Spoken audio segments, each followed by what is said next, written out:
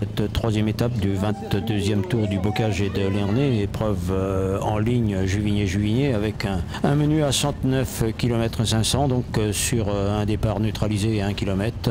Le cumulette 0 étant bien sûr en direction de Saint-Pierre-des-Landes. Un premier passage vers Juvigné étant prévu à 15h30. Ces coureurs retrouveront un compte-tour à 3. Il aura fallu attendre donc la grande route reliant Ernée à Juvigné pour retrouver la sortie de deux garçons, en l'occurrence un garçon de Villers-Zone bien sûr et un garçon de l'US Verne sur cette traversée d'Ernée sinueuse, rien bien d'autre à signaler. Montenay où là nous allons retrouver toujours ces garçons qui vont avoir jusqu'à 50 secondes d'avance. Renfort pour trois garçons avant Andouillé où on retrouve un Lavallois, Maignan, un homme des Essarts Vendée et Van Dorp, bien sûr, toujours un homme en surveillance de Villers-Zone. Ces garçons à 5 compteront jusqu'à 1 minute 38 d'avance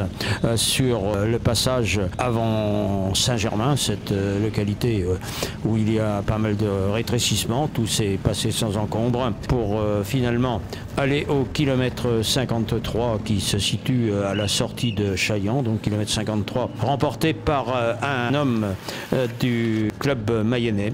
Et puis derrière, on a commencé bien sûr à bagarrer. On s'est retrouvé à 12 puis 19.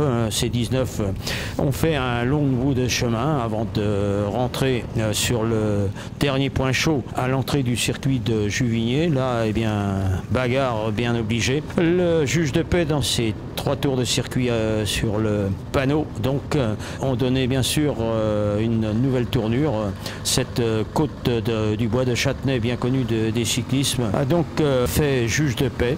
Et dans ces 3 tours, 2 garçons se sont sortis donc de ce groupe devant.